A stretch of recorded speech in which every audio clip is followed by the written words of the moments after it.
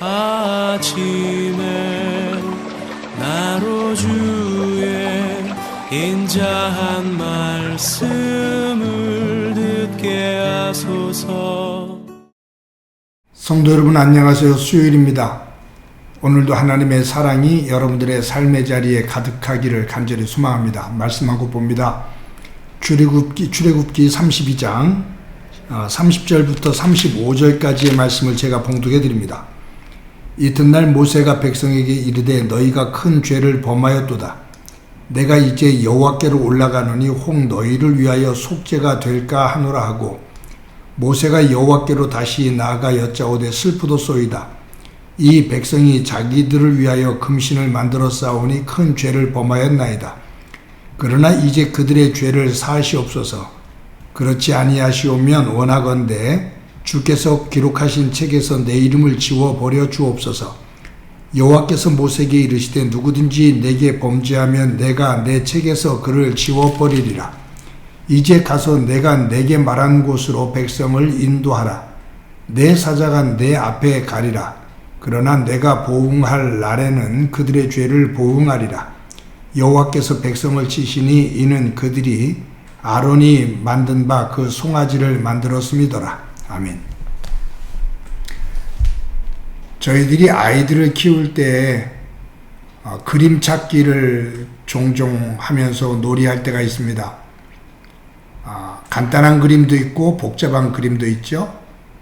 그런데 그 안에 그림을 숨겨놓고 그 그림을 하나하나 찾아서 10가지면 10가지, 15개면 15개 그림을 다 찾으면 다 찾았다고 아이들하고 박수를 치면서 즐거워하는 그런 게임입니다.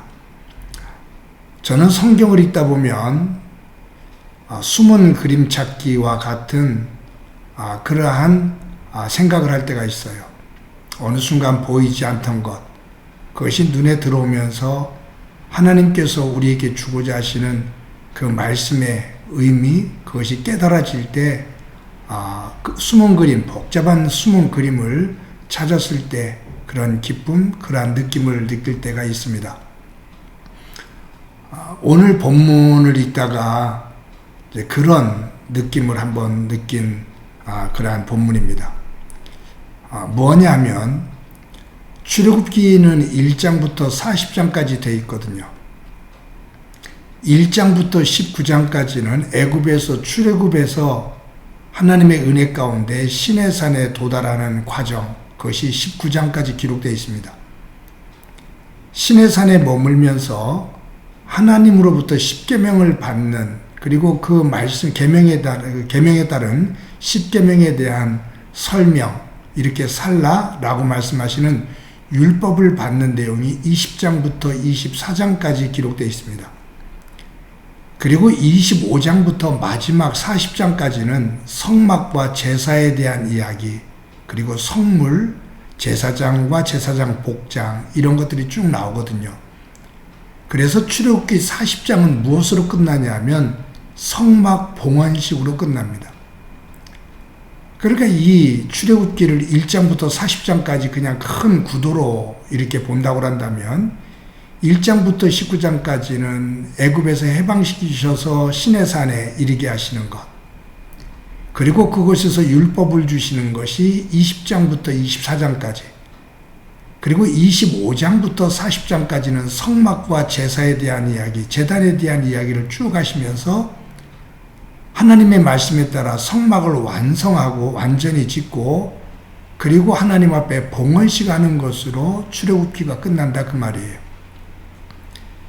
그런데 이 25장부터 40장까지 성막이 지어지고 제단이 만들어지고 하는 이 과정 속에서 오늘 본문에 보면 이스라엘 백성들이 하나님 앞에 범죄를 한 금송아지를 만들어 우상을 섬겼던 이 사건이 기록되어 있습니다.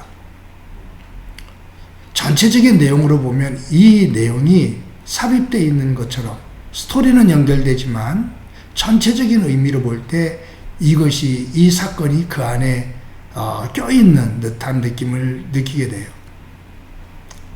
그때 저는 이 32장을 읽으면서 무슨 생각을 하냐면 떠오른 말씀이 로마서 말씀이죠.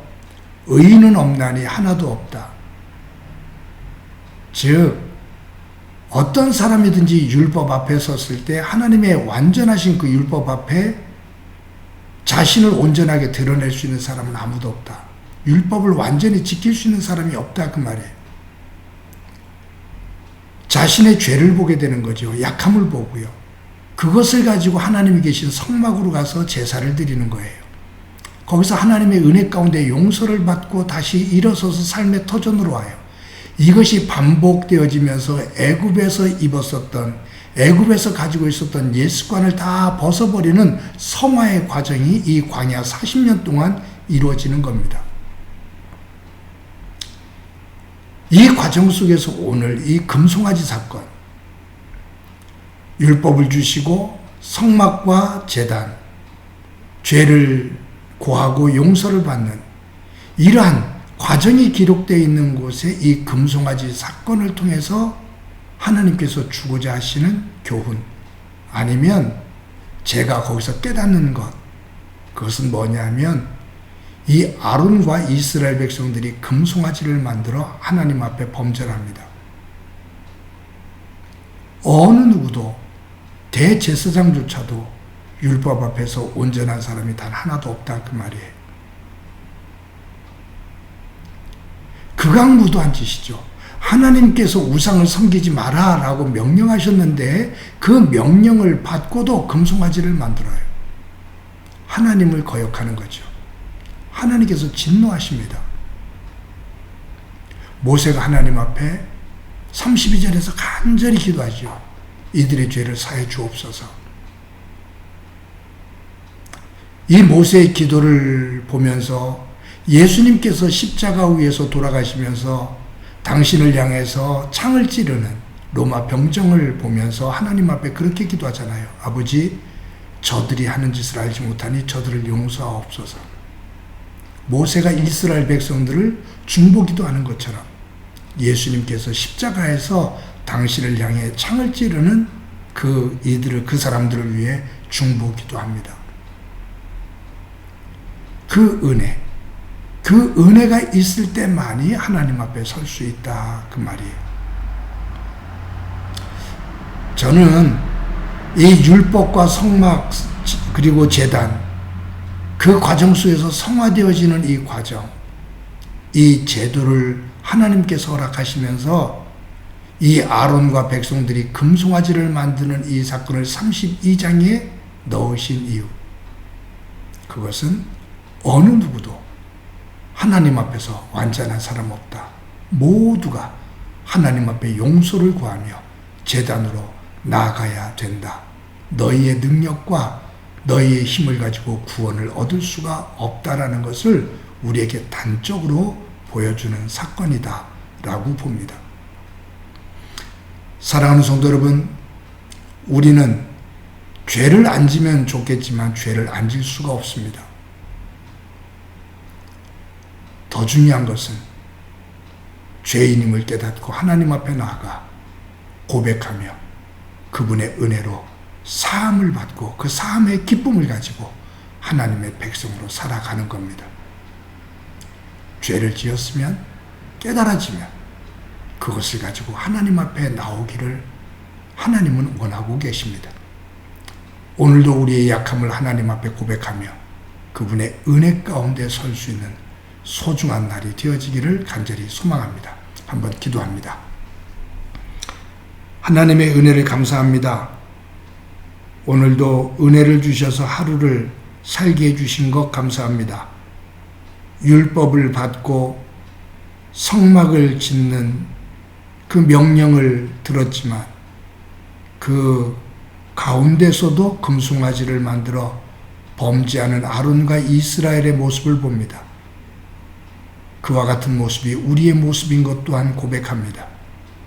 그러기에 하나님의 전에 나와 엎드려 회개하며 그 은혜를 덧입어 주의 백성 앞에 백성으로 서는 그 자리를 소중하게 여기는 저희들이 되도록 은총 베풀어 주옵소서. 오늘도 은혜의 자리를 향해 걸어가게 하옵소서. 예수님의 이름으로 기도드립니다. 아멘.